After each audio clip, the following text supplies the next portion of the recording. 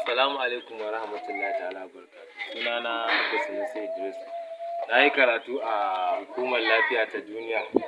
Yawwa sako daga Hukumar Lafiya ta Duniya. Ga wanda suke buƙatar ƙarin jini a jiki, aƙalla kullum ka ci goruba 40. Yawwa. Sannan yana da kyau ka ci karas buhu guda a sati, yana ƙara lafiyar ƙwarin ido. Yawwa, sai sashi na uku. Sashi na uku, ka ci dambu ba mai gafara na dare, yana ƙara karsashi.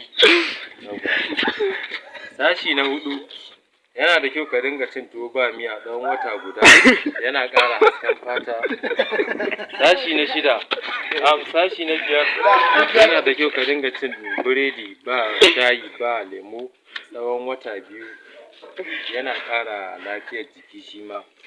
Sannan sashi na 7, ga wanda suke son kaifin basira, ka riƙe wa ƙuli wuta tsawon wata 3. Domin samun ci gaba, ku same mu a YouTube channel na mai suna DYC Ɗanbata.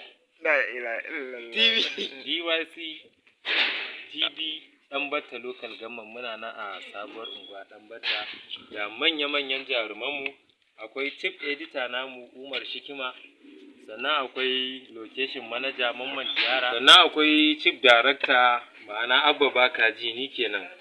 Yawwa, sannan akwai Assistant Director Alukulki. Yawwa, sannan akwai Assistant Cameraman Biringe.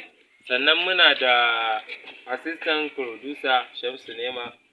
Sannan akwai Assistant Cameraman Anas kenan. Sannan Assistant Director kuma Assistant Location Manager Manu Fatakwal ɗan mama. Sannan ga wanda yake buƙata ya neme mu ko kuma ya shiga cikin mu ga